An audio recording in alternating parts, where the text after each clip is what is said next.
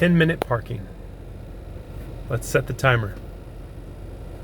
The length of this video.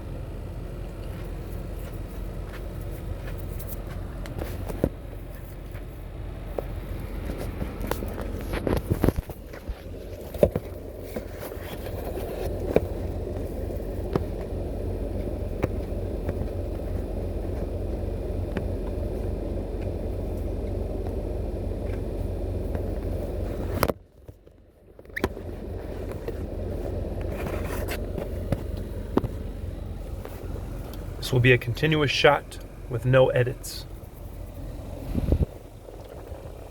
I guess I'll just set up my phone in the boring clamp that I always set it up in.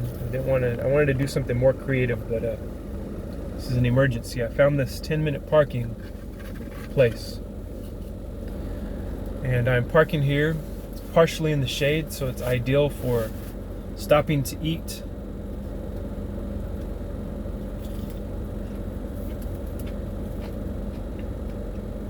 Sauce, chicken. It's breaded chicken, so it's probably not low carb, but oh well.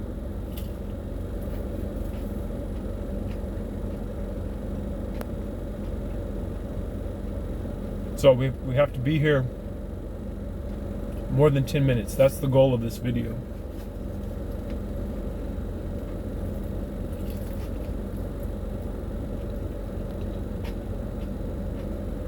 The reasoning is I want to see if anything happens after the 10 minutes is up. It's an experiment.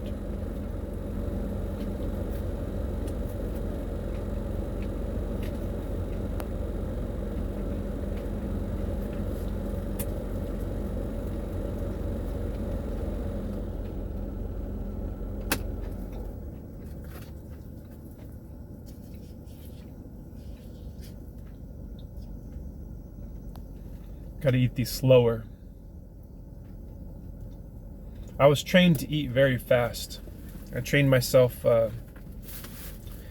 eat very fast, and it comes along with the 9-to-5 brainwashing, post-industrial education of being an employee. Because when you're at your job, you only have 30 minutes to an hour to eat. So I trained myself to eat very fast, which is not healthy, right? And I think often, how many employees and people of the employee mind state do this? You know, how many of them eat as fast as they possibly can so that they can do something else, you know? So they can optimize their time, their free time. I think about this and my heart goes out to them, because I remember being that, and I'm still, you know, there's still brainwashed, there's still tactics in my brain, habits, patterns, and behaviors that I'm still trying to let go of. From the past, when I was a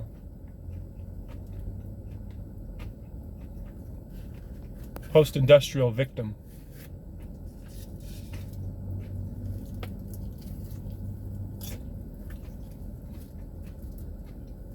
I'd say one way to get out of it, out of that state of mind, out of that way of thinking, and out of those patterns, is to not do things on a schedule. And that's one of the things that we're trained to do while we're being educated for 12 years, right? We're educated from a very young age to be on a schedule. And you have a bell that rings that tells you it's time to go to class. You have a bell that rings that tells you it's time to eat. You have a bell that rings that tells you it's time to go back to school. You have a bell that rings that tells you it's time to go home, right? So one way to break that, when you're first, to really shock yourself and to shock your senses, one way to break that is to not do things on a schedule. And I know that's very disorganized and hard sometimes, but it needs to be done. And every once in a while, you need to park in a 10-minute parking only parking place. And, I'm not risking very much here with this experiment. There's nobody here. It's kind of a dead. At the time of filming this, it's 11:06 a.m.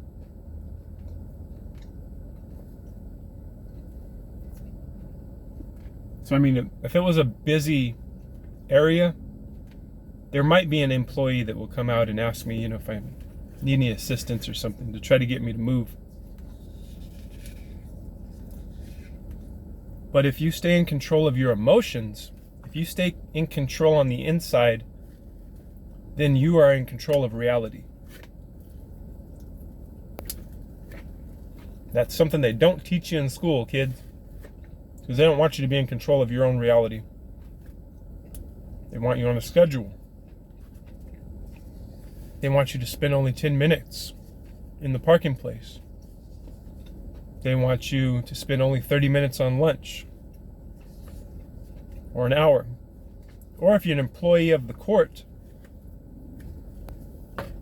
which I was at one point, as a juror on jury duty, they give you 2 hours, which is, very lenient. So that means that they really reward people that work for the legal system, for the courts of law. So you're really rewarded with a 2-hour lunch to give you like a deeper illusion of freedom and to reward you for putting away innocent people into prison so that they can make money off of their blood and sweat and misery.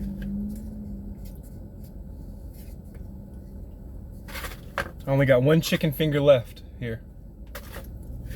And I got one sauce left. So I have to eat this whole sauce with this chicken finger. That's another thing that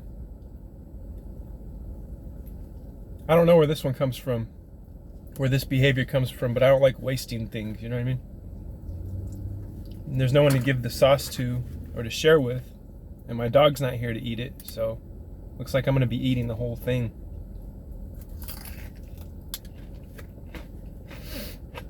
Which is kind of a gluttonous pattern.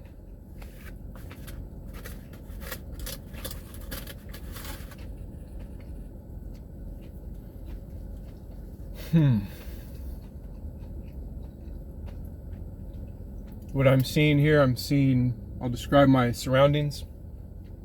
We have a beautiful blue sky. We have some puffy white clouds around the horizon, some towering cumulus clouds that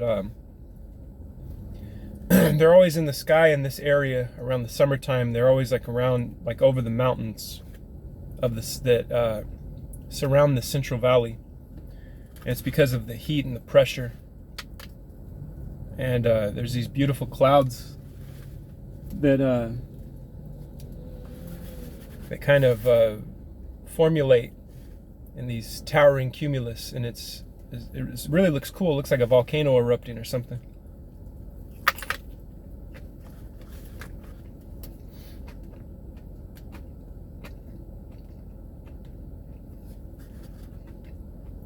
Oh yeah, describing the scenery. So we got that. We have some nice green trees in this parking lot. This is still a fairly new parking lot. It hasn't been here this long, maybe a couple of years.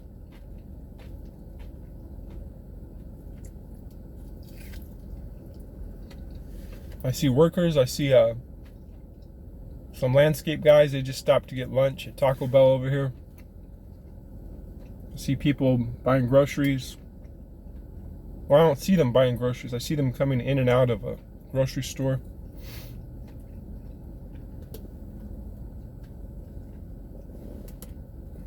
I see a woman on her cell phone, talking on her cell phone, with an iced coffee or some kind of drink in her hand. She's wearing all black on a day that's probably going to be 106 or more. I see a car passing by, and the passenger looks like a guy that I know from a previous job. And I also see the timer on this video. We made it. We made it past 10 minutes. Nothing happened.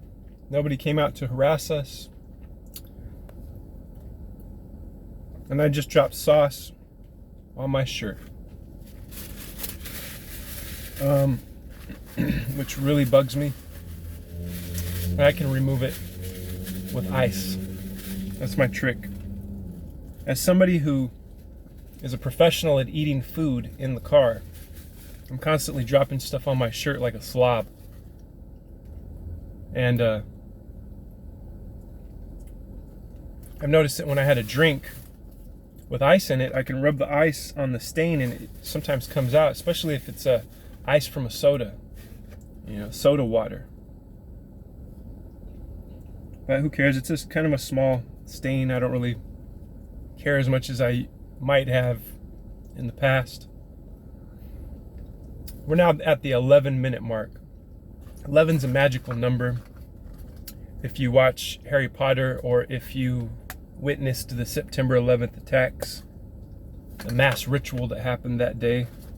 So we will end this video before it gets past the magical number of 11. Thank you for watching. Thanks for joining me in breaking the rules. We got away with it this time. The all-seeing eye cannot see all.